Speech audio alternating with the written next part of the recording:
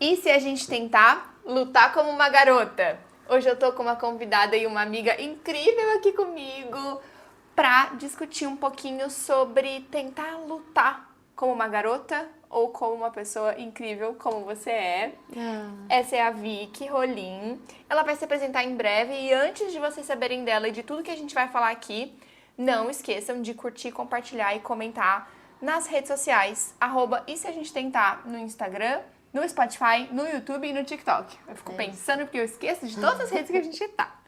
E vambora com a gente. Vicky, se apresente pra quem nos ouve e nos assiste. Quem é Vicky Rolim, que luta como uma garota? Acho que começando pela faixa preta de jiu-jitsu. São mais de 15 anos nessa arte marcial. Então, muitas vivências. E eu aprendi a lutar como uma garota dentro de um ambiente onde tinham poucas garotas. Né? E aí eu tive que me reinventar. E aproveitei para construir um pilar da minha identidade, que é o jiu-jitsu. Dessa forma eu fui para nutrição esportiva, né? Sou nutricionista hoje de atletas, mas também gosto de fazer essa parte de pessoas que querem comer melhor, treinar melhor. Eu sou fã de quem treina. Então, assim, porque eu me identifico, né? E eu acho que é um parâmetro legal, assim, pra saber que eu sou nutri e faixa preta. Amo. E é muito engraçado porque eu conheci a Vicky na faculdade. E uma das primeiras coisas que você falou é que você era faixa preta. E eu ficava, o que é isso de faixa preta, gente? O que é isso, né? É muito desconhecido, assim, para muitas pessoas e acho que em especial para as mulheres, o universo da luta. Eu passei por uma experiência de que eu fiz boxe chinês. Eu me graduei no boxe chinês. Verdade, olha só. Muito inspirada em você, mas não consegui chegar no jiu-jitsu, não. Mas você consegue me dizer o que são as artes marciais? Quais são? Se é tudo igual? Eu sei que não, mas assim, qual que é a diferença, por exemplo, de fazer um Muay Thai? Porque é uma coisa parece que é mais comercial, né? A galera, tem aulinha de Muay Thai. Jiu-jitsu parece uma coisa mais distante. Tô falando dos estereótipos que carrego, né? Que a maioria das pessoas pensam, né? É uma parada às vezes um pouco mais agressiva, mais difícil, mais forte. O boxe, que parece uma coisa mais prática, não movimenta tanta coisa, não sei. Foi mais difundido. Foi mais difundido. Bom, a gente tem muitas artes marciais, e obviamente eu não vou saber citar todas, mas a gente tem o jiu-jitsu, que é uma luta de chão, de grappling. Então, você tem que pegar na pessoa, de pegada, né? Então, é uma luta de muito contato. E você vai trabalhar ali no jiu-jitsu com articulações. Então, você vai fazer o caminho contrário que a articulação faria para você quebrar um osso. E assim, você vai se defender também, né? Mas a gente também faz estrangulamento, a gente faz quedas, né? Aí tem o judô, que é basicamente quedas, né? A gente conhece muito por causa das Olimpíadas, que também tem o taekwondo nas Olimpíadas, que é mais chutes.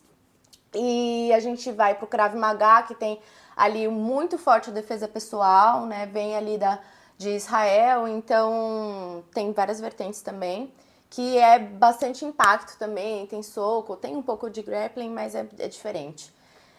O boxe, obviamente, que ali são golpes somente na parte superior do tronco, né? Cabeça e luva, enfim. E aí a gente tem também tem algumas mais, as variações também do jiu-jitsu, mas o que eu posso lembrar agora, assim, as mais famosas, além do Muay Thai, obviamente, não posso esquecer, que é cotovelada, joelho, além dos chutes e socos, né? E aí a gente não vai pra parte do chão em nenhum momento. E aí quando você faz tudo isso junto, a capoeira, que eu não posso deixar de mencionar, que é mais absurda, assim, né? Que vira uma arte mesmo. Eu acho que é das artes, ela é a que mais tem essa veia artística mesmo. Que era pra disfarçar que era uma dança, né? Que trouxe ali das pessoas que foram escravizadas. Era a defesa que eles tinham para disfarçar. Então eles cantavam e dançavam e ficavam em rodas e faziam golpes ali que tem muito um gingado, mas o chute muito potente, usa a mão, usa todo o corpo, usa giros, né? E aí é incrível. E não cheguei na capoeira ainda, mas eu quero. Eu vou amar ver você na capoeira. Eu também. Mas aí, quando junta tudo, vira o MMA, que é Mixed Martial Arts. Ai. Então, você tem ali de tudo e a gente tem o UFC, que é o top hoje de nível de competição Sim. dessas artes marciais, né? Já fui assistir uma luta de UFC, assim, foi bem... Olha só. Foi bem chocante. É chocante, é agressivo, é agressivo. Você não né? se dá conta do quão é até você tá lá e escutar os golpes. É uma coisa muito doida. É doido, né? E é muito louco porque você, que não é do meio da luta, né? Você tem esse impacto, né? E aí eu acho que esse é o medo que as pessoas têm de ir pra aula comercial. Porque hoje você não vai começar nos mesmos moldes que eram os antigos tatames, os antigos centros de treinamento, que era só voltada para um treinamento agressivo, com pouco método, sem essa intenção de profissionalização. Depois que o jiu-jitsu se profissionalizou, ele trouxe essa parte comercial sem perder ainda a essência. Algumas pessoas se perderam, mas a maioria tenta trazer os valores da arte marcial, que é a disciplina, a resiliência. Tem muitos, né? Mas eu vou resumir. E essa questão do empoderamento, de você ser muito autoconfiante. Eu acho que isso que aí a gente pode trazer para lutar como uma garota. Porque quando a gente começa a entender a capacidade que o nosso corpo tem e que eu ando na rua mais segura hoje porque eu sei que o cara, se ele chegar sem uma arma, ele vai se dar mal. Ele vai se dar muito mal. Porque eu ainda tenho um ódio dentro de mim que potencializa a minha habilidade física, né? Então tem isso e é um bom lugar também para canalizar o ódio, né? E eu gosto também do Muay Thai, eu acho que tem mais essa potência, Sim. né? Então acho que a gente pode ver o jiu-jitsu como hobby, né, como um esporte, e aí seguir para a veia competitiva, e como defesa pessoal, né, que eu acho que é muito importante. Eu amei. E você falou que você começou 15 anos atrás. Como que você começou isso, Vicky? Assim, da onde que veio, tipo... Porque na minha... Assim, né, eu fui uma garota que cresceu no Disney Channel, assim, então, né, fui muito mais da literatura do que do esporte, eu nunca tive contato com esporte, pra minha vida era livro e cinema, então eu não sei andar de bicicleta, então assim, isso pra mim é muito recente mesmo, praticar esportes. Que legal, eu não sabia que era tão assim. Juro. E aí, pensar que há 15 anos atrás, você tava praticando uma arte marcial que é majoritariamente masculina. Sim. Como que foi isso? De onde surgiu essa tentativa, assim? Eu acho que a veia do esporte que eu sempre tive, eu comecei a nadar com 6 meses de idade. Então, tipo, eu não sei o que é não nadar. Meus pais sempre me estimularam muito. E aí tem também da minha personalidade. Por quê? Onde eu estudava com 4 anos de idade, antes até... tinha o jazz, o balé e tinha o Hapkido. Inclusive é uma arte marcial que eu não mencionei, mas o Hapkido, o Aikido são outras artes marciais aí dessa vertente asiática. E eles faziam essa a separação das meninas e dos meninos, e eu via os meninos lutando e eu não gostava de dançar jazz, entendeu? Eu não sou boa com coreografias. Eu amo dançar, mas eu amo do meu jeito. E aí eu pedi pra minha mãe, né? Porque eu sempre fui assim, não, eu quero fazer o que eu quero fazer, né? E aí eu fui pro Hapkido, era Hapkido na época, não lembro de como que foi. E aí depois disso eu já tava ali antes dos meus 8 anos de idade, eu fui pro judô na escola. E meu professor... Eu tenho uma cena muito boa, que no judô eu ali, antes dos meus 10 anos de idade, com certeza, o menino foi lutar comigo, eu derrubei, entrei o golpe nele, fiz lá aula de judô e só tinha eu e mais uma menina que era amiga minha e ela tava lá por minha causa. E aí a gente foi, eu me destacava, o professor falou, não, você tem que ir para uma escola de judô, você tem que fazer o judô, competir judô. E só que acabou que eu não segui isso. Mas quando eu terminei aquela aula, a minha mãe foi me buscar junto com todas as mães dos aluninhos ali do judô.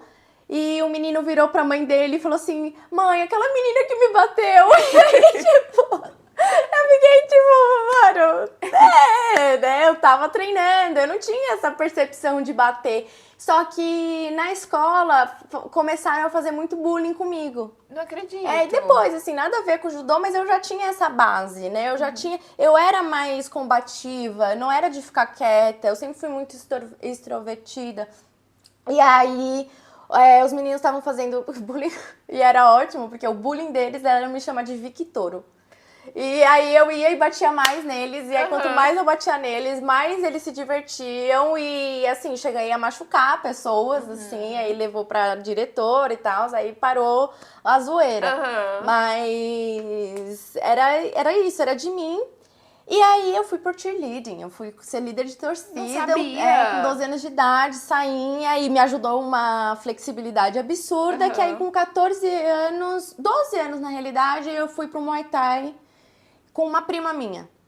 Ah, Muay Thai, vamos emagrecer no Muay Thai. Sempre tem essa. Né? Vamos emagrecer no Muay Thai. Eu nem sei se eu precisava emagrecer, mas eu realmente emagreci, fiquei com 47 quilos. E eu era muito pequenininha, eu já tinha esse tamanho de 1,5 m, mas eu era uma menina ainda. Então a musculatura não era ainda desenvolvida, né? E era um impacto ali. E eu gostava. E eu vivi lá, mas era comercial, só que eu sempre me destacava ali entre as meninas, né? Lutava com os meninos, sempre fui assim. Só que aí eu tive uma aula experimental de Gil, tipo, ai, vamos fazer capoeira, vamos fazer cada 15 minutos uma aula diferente. E aí aquilo obrigatoriamente abre seus olhos pro que você gosta e o que você não gosta de fazer. E eu conheci o jiu-jitsu com golpes de defesa pessoal. Então eu lembro da minha primeira experiência, que foi o professor tentando me mostrar como defendia um estrangulamento. E eu defendi. O homem era muito maior que eu. Eu falei o que eu tinha 47 quilos exatamente para vocês terem essa proporção. O meu professor devia ter mais de 100 quilos. E aí ele me mostrou a defesa. Eu senti ele fazendo força e com a técnica eu conseguia me defender. E assim, e ele sabia o que ele estava fazendo. Então, quando você entende que eu consigo me defender de um cara desse tamanho, que ele sabe o que ele tá fazendo, e você entende que não é uma simulação, né? Porque, obviamente, se ele quiser continuar, ele sabe mais do que eu, que não treinei nada. Mas eu conseguia me defender e eu falei, eu quero ver isso aí. E aí eu comecei, e aí o bichinho do jiu-jitsu te pica. É um negócio assim, e você vive pro jiu-jitsu, assim, E eu tinha 14 para 15 anos, eu comecei a treinar muito, só tinha eu de menina, os meninos lá, tinha uns adolescentes, tinha um monte de adulto, e a gente se virava porque era o que tinha. E aí eu comecei a fazer competições, né? Meu professor falou, não, vai competir. Eu comecei a competir e aquilo começou a definir a minha identidade no momento da minha vida que eu estava descobrindo quem eu era ou quem eu não queria ser. Né? Indo para ambientes muito diferentes, porque mudei de escola, conheci outras realidades diferentes da minha. E o jiu-jitsu sempre ali, sendo o meu alicerce, assim, eu sabia que eu ia sair da escola e ia voltar pro jiu-jitsu, e eu vivia uma rotina de atleta, eu saía 4 horas da escola, pegava o metrô, ia pra academia, saía 9h30 da noite, fazia 2 treinos, fazia musculação, e aí eu comecei a ter uma rotina de atletinha, né? E final de semana ia competir, né? E aquilo foi fazendo sentido pra mim, e foi aí que eu descobri a nutrição também. Porque eu comecei a precisar entender como que eu ia fazer para bater peso, como que eu melhoraria a minha performance no jiu-jitsu, como que eu tô aguentando mais tempo de jiu-jitsu. Eu estudei educação física, né, na internet, vi coisas que não tinha nada a ver, tinha coisas que eu aprendi depois na faculdade, me confirmou que estava certo, né, e aí eu comecei o primeiro interesse na área de saúde, assim, de fato. Como que era pra você, Vicky, lutar com os meninos? Ai, olha, até hoje, né, é diferente. Por quê? Quando você chega no tatame e você é uma mulher de 1,5 m, eles acham que é o rola descanso. O rola é o momento de luta. Tá. Né? E aí começa a acontecer coisas que eles não esperavam, porque eu era muito mais ágil, eu era muito mais flexível. Eles te subestimam, né? Óbvio, tem essa questão de, tipo, essa menina aí... E, de fato, se você usar a força e você sabe como usar essa força, você tem a técnica, mais a força, você tem mais perna, você tem mais braço, tudo isso vai favorecer você. Né? Eu ainda tenho muitas discrepâncias com pessoas que têm um porte físico muito diferente do meu. Mas a gente vai aprendendo a lidar com isso. E vai se adaptando, se reinventando, aprendendo coisas novas, entendendo que uma coisa que funciona para um não vai funcionar para o outro e vice-versa. Só que aí você tem essa sensação que sempre estão te achando menos. Né? Sempre assim, até hoje é assim. Né? Principalmente por eu ser, muito tempo, eu era a única mulher faixa preta. Né? Então, assim, eu peguei a faixa preta faz 3 anos, né? Mas eu sempre fui... Aí tem as outras faixas, né? Então, eu sempre fui a mulher mais graduada que tinha, né? Às vezes, a única. Então, sempre tinha... Até eu me provar. Então, eu sempre tinha que me provar, sempre tinha que me provar. E quando eles estão perdendo, eles usam força. É isso. É sempre assim. E se eles não ganham na força, é na ignorância, é na grosseria, é ralar kimono na cara. Mas hoje a gente já tá tendo outras posturas, porque os mestres não deixam fazer isso. Hoje a gente tá numa movimentação, assim, muitas academias, muitas colegas que eu converso, de que a mulher que pode chamar o cara pra fazer a luta, ele não pode convidar ela. Porque ela sente a segurança. Porque se você é mais graduado, você chama uma menina que é menos graduada, ela vai se sentir coagida a fazer o que você tá propondo, né? Você não vai... É a hierarquia do negócio, né? Mas aí, com essa postura em que a mulher pode escolher ali no tatame, fica melhor. Ela só vai com quem ela se sente confortável. Até se o cara tá fedido demais. Pô, não quero ir com você porque seu kimono tá fedendo. Né? Não vou, não quero o seu suor. E aí você tem essa movimentação. E hoje tá tendo academias... Eu conheço hoje a Karina, que é onde eu treino, que é só de mulheres. Ui, amo! É sensacional, assim, eu amo, estava lá antes de vir pra cá. E o jiu-jitsu para as mulheres é algo muito recente, né? É recente, é recente. A gente tem poucas mulheres ainda, se você vê, nas academias, assim, sempre... Agora que a gente tá tendo turmas femininas, né? A mudança de 3 anos pra cá é absurda. De 3 anos, mudou muito, muito. De 3 anos não existia turma feminina, não existia uma turma mista com mais de 3 mulheres, assim. E o que aconteceu? Uma foi chamando a outra. E aí você gosta, e aí você perde o medo de lutar com os homens. Os homens estão aprendendo a se posturar melhor, que isso precisa acontecer. A solução não acho que é ter turmas separadas. Os homens vão conviver com mulheres o tempo todo, inclusive muitas vezes em ambientes onde tem mais mulheres do que homens, né? Então, num ambiente que tem ali, o mesmo tanto, às vezes até mais homens do que mulheres, eles estão começando a aprender a lidar, né? A entender alguns limites, a entender que o ego dele, isso no jiu-jitsu inteiro, independente se é uma relação homem-mulher, o ego dele vai ser testado, né? E aí você amadurece com isso também. E por que você acredita que as mulheres têm tentado praticar jiu-jitsu hoje, assim? Eu acho que muitas vão pela defesa pessoal. E é um discurso que eu gosto de trazer, sim, porque é de fato muito importante. A gente está num contexto mundial, mas a gente tem notícias todos os dias de violência doméstica, de namorada que não aceitou o término, de sei lá quem na rua que te peitou e se você falar alguma coisa, você vai levar uma na cara, né? E aí, por que a defesa do jiu-jitsu ela é tão importante? Porque ela não é só uma defesa física, ela é uma defesa mental. Por quê? Você vai mudar como você chega nos ambientes. Você não vai chegar mais perdida.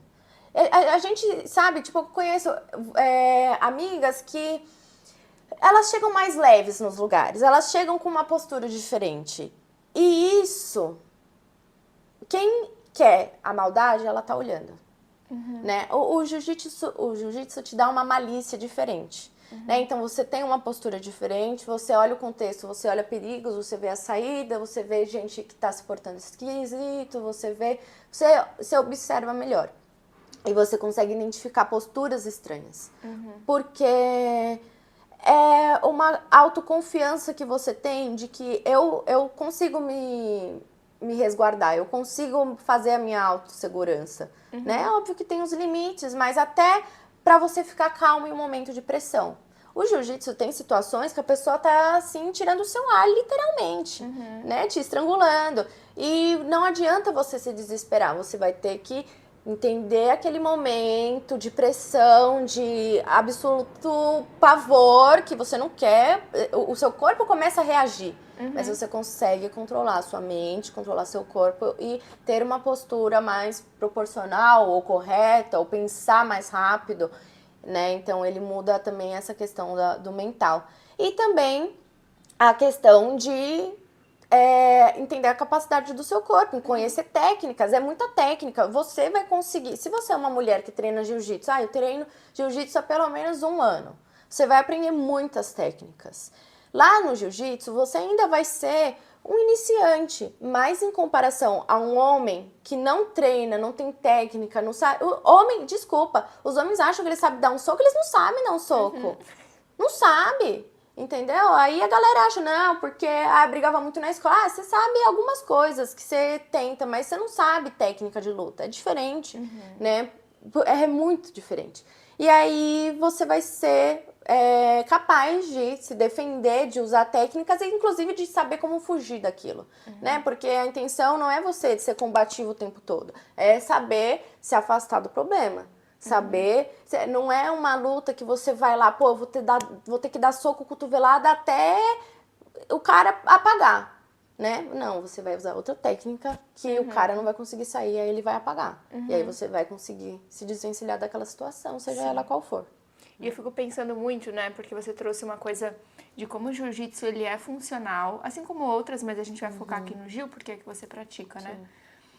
Que ele é muito funcional para essa estabilidade emocional, assim, né? Então, é um lugar onde você tem a capacidade de depositar esses sentimentos mais densos, né?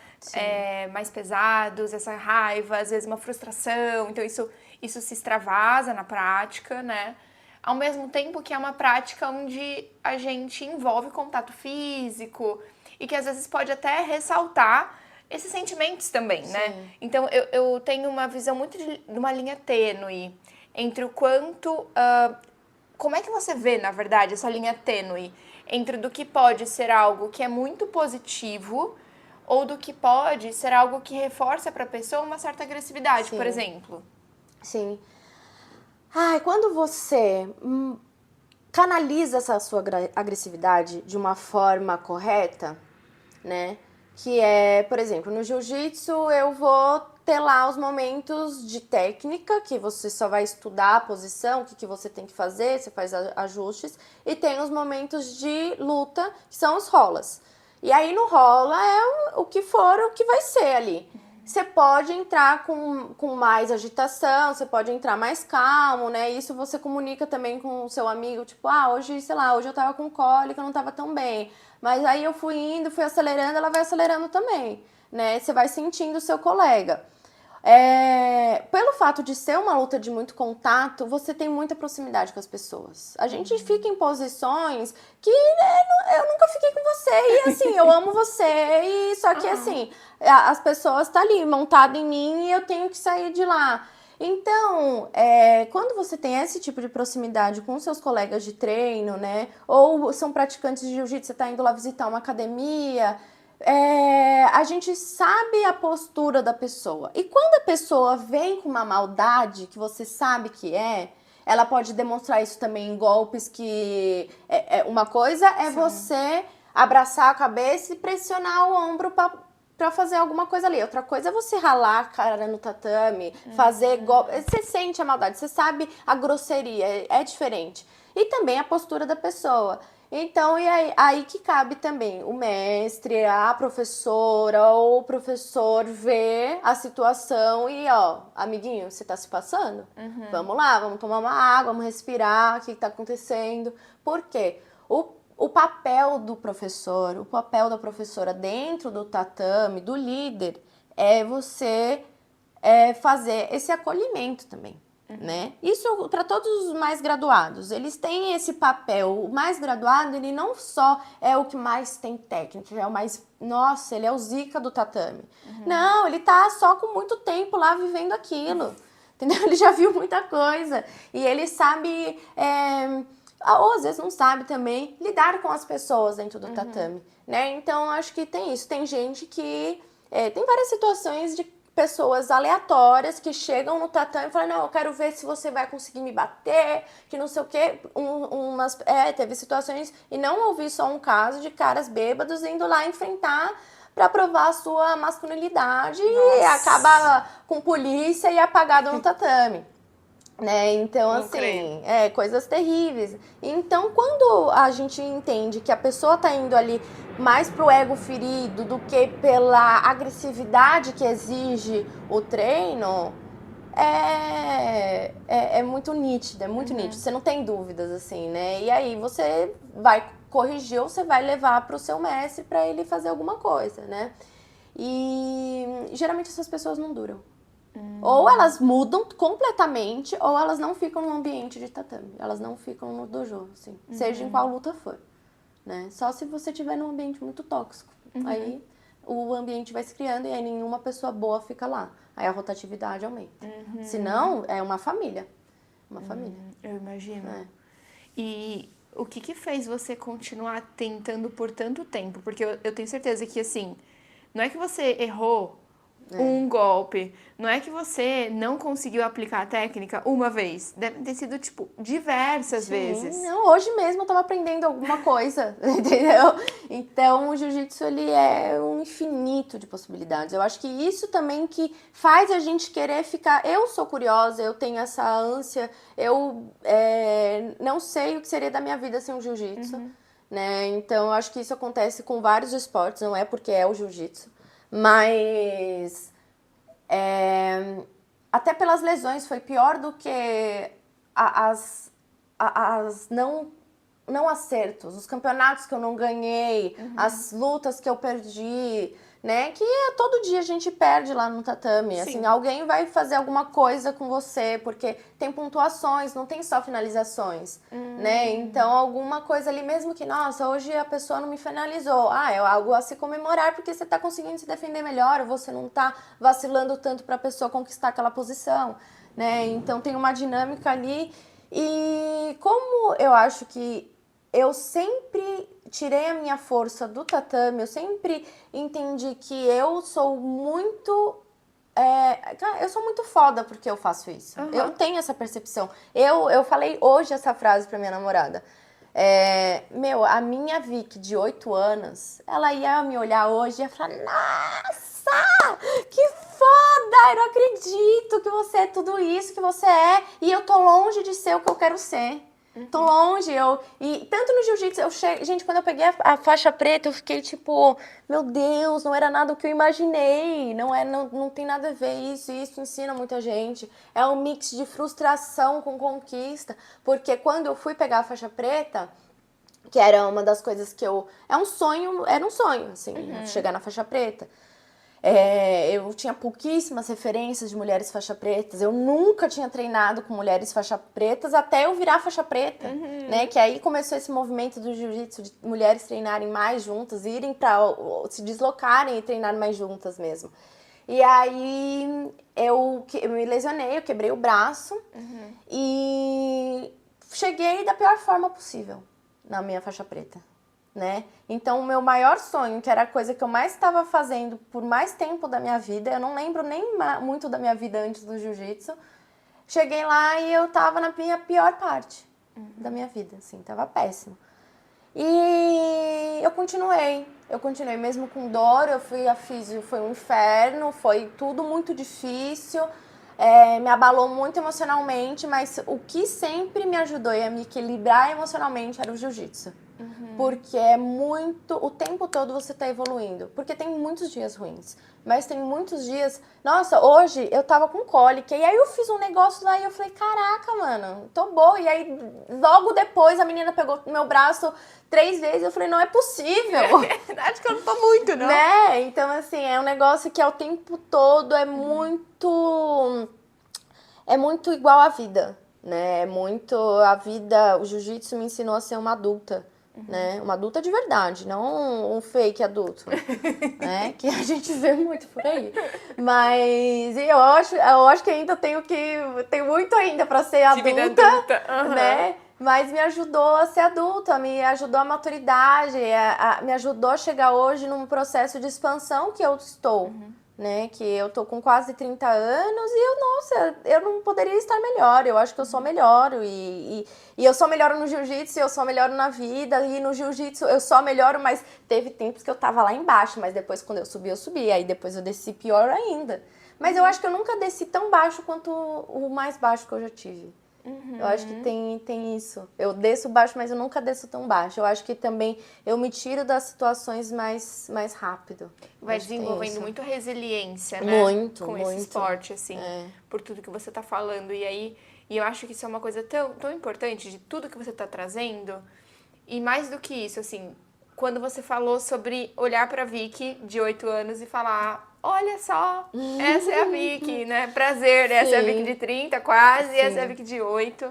E como ela admiraria você, como você se admira hoje. Eu espero que você se admire. Muitas pessoas te admiram hoje, eu inclusive. Eu também admiro você demais. Só orgulhos, orgulhos. Amo. E eu Minha acho mão que geladíssima. tá gelada mesmo, gente, Jesus. Mas eu acho que tem uma coisa que eu fico curiosa pra te perguntar, no sentido de você acha que toda garota deveria lutar e deveria lutar como uma garota? O que é lutar como uma garota? Eu acho que lutar como uma garota, independente de luta marcial, de arte marcial, é a gente não se calar, entendeu? Porque a gente se cala muito, mas quando a gente fala, as outras falam. Quando a gente fala, a gente conquista as coisas, a gente se posiciona. Então, eu acho que lutar como uma garota é ter essa autoconfiança, essa vontade de falar, de se posicionar, de se colocar, de falar, não, eu não vou fazer isso. Tem muita lutadora que não tem ainda esse não, mas tem muita bailarina que não consegue falar não. Sim. Né? Então, eu acho que o mais importante, eu acho que a defesa pessoal, sim, você tem que ter uma noção de defesa pessoal, né? Eu acho que a gente falou de fazer um exercício. Ah, eu quero Se eu te saber. pegar aqui na sua mão, como que você vai soltar? Eu não tô nem fazendo força, eu estou segurando, Eu, minha né? mão é pequena. Cara, e vou te falar, pra quem não tá vendo a gente, além da mão dela tá congelando, ela tá fazendo força assim, senhora, tá? Não. Não é A possível. minha pegada é forte. É bem da forte, viu? É bem da forte. Mas tá, tira daqui, como você faria? Eu ia tentar virar meu braço, tá meio Tá, frustrante, não tô conseguindo sim, virar, Sim. mas não dá. Você tá virando, mas você tá virando pro lado errado. Vira pra abertura aqui, ó. Vira o seu dedão pra abertura. Como se eu fosse Assim, ó. fazer um joinha. Isso, joinha. Faz um joinha e vira. Assim? Agora puxa. E puxo pra mim. Puxa pra você, usa a sua mão. Você vai conseguir soltar. Então, pra quem não tá vendo a gente, basicamente a Vicky segurou meu tornozelo, ó, meu punho. Isso. E aí minha mão tá fechada, como se eu estivesse fazendo um jockey-pô. E aí eu viro o meu dedão, aponto o meu dedão, fazendo um joinha, Isso. com o dedão direcionado no meu peito. Isso. E aí, tá certo, né? Tá, aí você vai fazer força contrária ao onde está fechando o meu dedão. Você vai puxar. O meu dedão tá fechando pra baixo. Você vai virar pra baixo e vai puxar. Porque é o elo mais fraco ali. Entendi. Entendeu? Se você tenta pra esse lado oposto meus dedos, você vai me ajudar. Aham. Então, e isso tudo é um pensamento que você vai tendo durante Sim. os golpes de jiu-jitsu. Porque daí ela tá segurando aqui e o dedão dela tá pra baixo. Isso. Então eu tô puxando A sua mão a pra minha baixo. mão pra baixo. É. E Se eu pegar assim, você vai aí pra eu tenho que puxar se eu- pra cima. E se aí eu eu pegar tô- de baixo pra cima, você puxa pra cima. eu tô usando a minha outra mão pra me ajudar, porque ela falou que ela não tá fazendo força, mas ela é forte. Pra fazer uma alavanca É isso. e tentar sair da onde tá o espaço, O né? espaço, é. É Se porque é pra baixo- a mão do homem não vai ter o espaço. Aqui minha mão é pequena. Aham. Mas vai ser Mas mais vai ser- frágil do Exato. que o punho dele, por exemplo. Isso é uma coisa que eu não sei dizer uma mulher que não tenha passado por essa situação. Não, todo Não mundo. sei. todo mundo já passou pela situação de um cara agarrando teu braço Sim. e te puxando pra fazer alguma coisa, te Sim. levar pra algum lugar. Ou Exatamente. falar com você. Presta atenção. E pega no braço, assim, Exato. né? Então, acho que assim, você não precisa ser uma faixa preta para aprender a se defender, mas toda mulher deveria fazer aulas de defesa pessoal. Não só uma não vai adiantar. Precisa ir ali, eu vou um mesinho ver ali um jiu-jitsu. Vou saber o básico. Depois, se você quiser continuar, você continua. Se não for para você, não faz. Vai só em aulas pontuais, mas aproveite a oportunidade que vocês têm de hoje ter mulheres que estão dando aulas de jiu-jitsu, que estão dando aulas de defesa pessoal, né? Então me sigam por quê? Eu sempre estou compartilhando aulas de defesa pessoal, eu já tenho alguns projetinhos também de eu ministrar algumas aulas. Nossa, por favor. Né? E aí a gente vai fazer E com se a gente que mais tentar lutar mulheres... como uma garota? Ah, Exato. estaremos lá. É isso. Ia ser muito legal você ministrar umas aulas assim. Com certeza. E uma pergunta que pode parecer uma pergunta muito boba, mas talvez não seja pra mim, assim.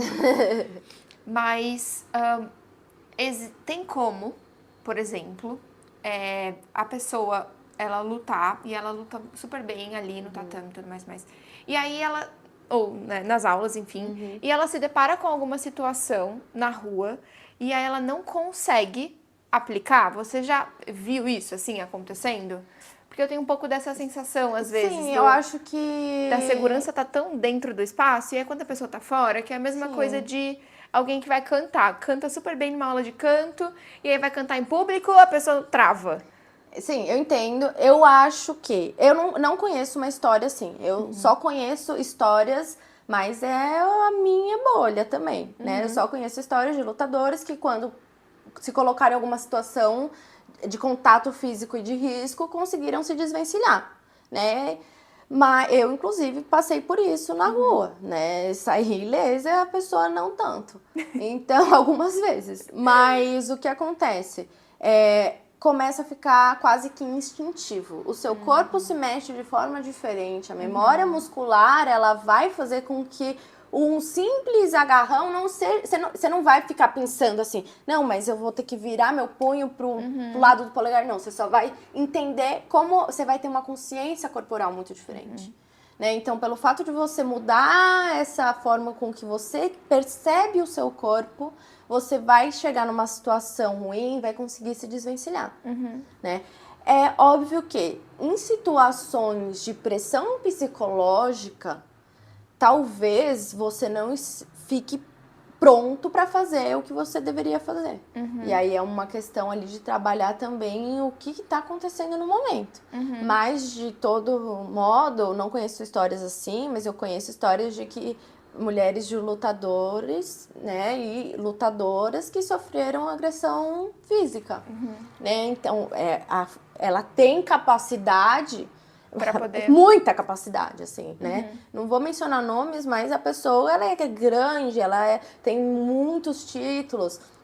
E aí ela acabou... Eu acho que pode falar porque ela é uma pessoa pública, é a Gabi Garcia. Ela é um nome muito potente no jiu-jitsu. A mulher é um armário, assim, ela é enorme. E o cara batia nela. E aí, como assim? Como assim? Ela é campeã mundial, faixa preta, nananana. Ela tava com uma pressão psicológica absurda.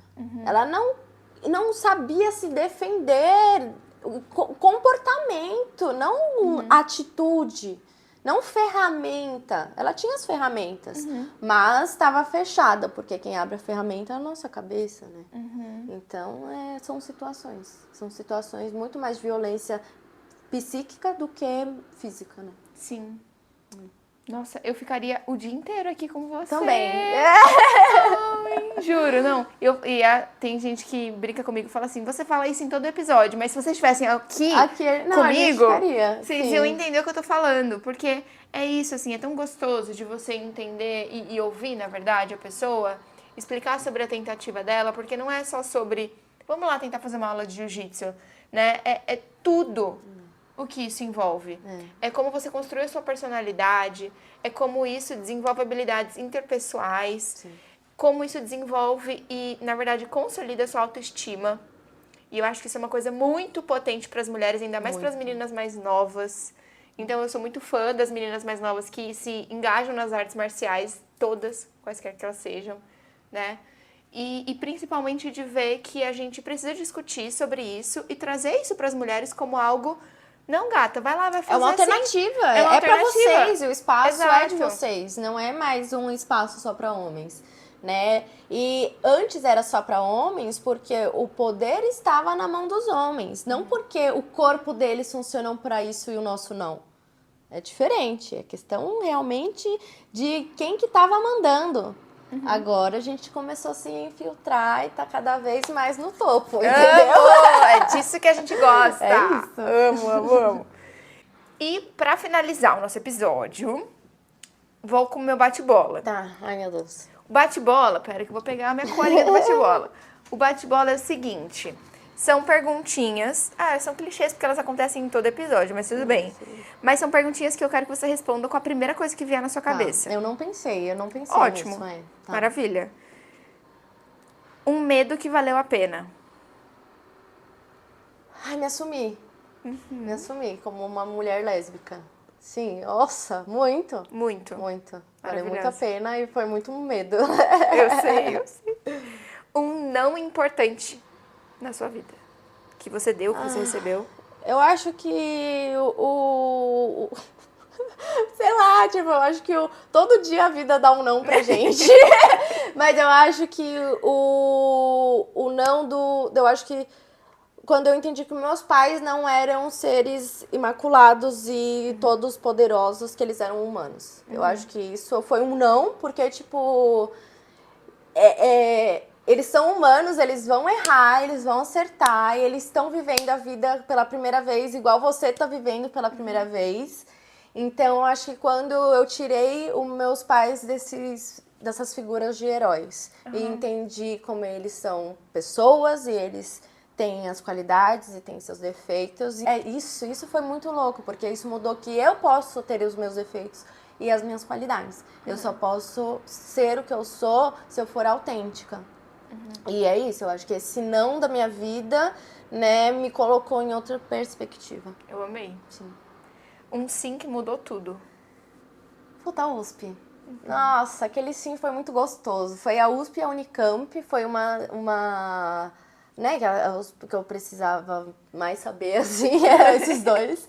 E foi um sim muito gostoso, porque eu saí um pouco da nutrição, mas eu voltei pra nutrição. E a USP me abriu várias portas, eu fui para várias áreas e hoje eu só tô onde eu tô e eu tenho a confiança que eu tenho o conhecimento técnico que eu tenho e as amizades que eu tenho. Eu amei fazer aquela faculdade, tipo, também. por tudo. Eu não faria de novo, mas eu passaria tudo de novo, entendeu? Sim. Não, É isso. voltar não sei. Não, voltar agora não, mas eu passaria por tudo de novo. Uma tentativa do dia a dia. Acho que todo dia eu tento acordar e fazer o que eu quis fazer, assim, tipo, tanto de coisas que eu tenho que fazer, minhas obrigatoriedades, quanto o que eu me propus a fazer no meu planejamento, no sentido também de ontem eu não estava afim de fazer uma coisa e aí eu parei e pensei, eu não vou fazer, não. E não fiz, e ninguém me manda mais em mim, entendeu? Eu sigo meus compromissos, mas eu entendi também que tem compromissos que dá pra ser mais flexível e eu vou continuar sendo uma ótima profissional e eu vou continuar sendo uma pessoa produtiva, só que eu não preciso mais me exaurir a todo tempo. Sim. É isso. Uma dúvida frequente que fica assim na sua cabeça. Eu acho que a vida em casal é um negócio que eu sempre fico, nossa, mas eu vou casar um dia, eu vou construir uma vida, como que vai, eu acho que não é nem o se, é o como que vai ser, é uma dúvida de como que vai acontecer, quando que vai acontecer, eu acho que é mais uma dúvida de tempo do que de possibilidades, mas ao mesmo tempo eu tenho a plena consciência que tudo pode mudar. E aí, será que é? Será que não é? Então, assim, eu acho que é uma dúvida que o relacionamento sempre foi um pilar importante na minha vida, eu acho que sempre teve isso. Uma coisa que te faz acreditar na vida. Eu acho que a natureza. Eu acho que os animais me mostram que as coisas valem muito pena, porque existe um amor tão genuíno no mundo que não é só essa desgraça. Eu sou muito realista, né? Eu namoro uma pessoa que é o tempo todo, a gente sabe a realidade, o quão difícil são as coisas e o quanto a gente tem privilégios e o quanto pessoas não têm privilégios. E tudo que o mundo, nossa, podia explodir agora que tava bom. Mas eu acho que toda vez que eu entro em contato com a natureza, toda vez que eu entro em contato com um animal, né, principalmente os meus filhos, né, me faz lembrar de um amor que, assim, pô, eu tô aqui viva o tempo todo por um propósito, né? E toda vez que eu me recarrego na natureza, me recarrego com eles, assim, as microdosagens que eu faço com eles, eu acho que isso me deixa mais feliz, assim. Amei. Uma coisa que você ainda não tentou, mas vai tentar. Ah, eu vou tentar aprender francês. Oh, oui, Je ne sais parler français, eu vou Eu tentar. não hablo Eu não hablo, não. solo espanhol. Sou espanhol. Meu espanhol é muito ratatá também. Mas é isso, Só eu sei acho falar que é uma... ratatouille e croissant. Croissant. Ai, tem um croissant de amêndoas perto da minha casa. Eu tô namorando ele tanto tempo. Vou lá comer. Ah, eu quero, me chama. Vamos tomar um cafezinho. Mas eu amei te receber Eu aqui. também, Foi eu uma amei delícia. muito. Foi muito, eu amei. Eu espero que todos vocês que tenham assistido a gente, ouvido a gente, tenham curtido muito e tenham se inspirado um pouquinho na Vicky. E em mim também, de certa forma, mas se inspirado pra caramba em lutar como uma garota. É isso, lute como uma garota. Certo? A gente se vê semana que vem. Tchau, tchau!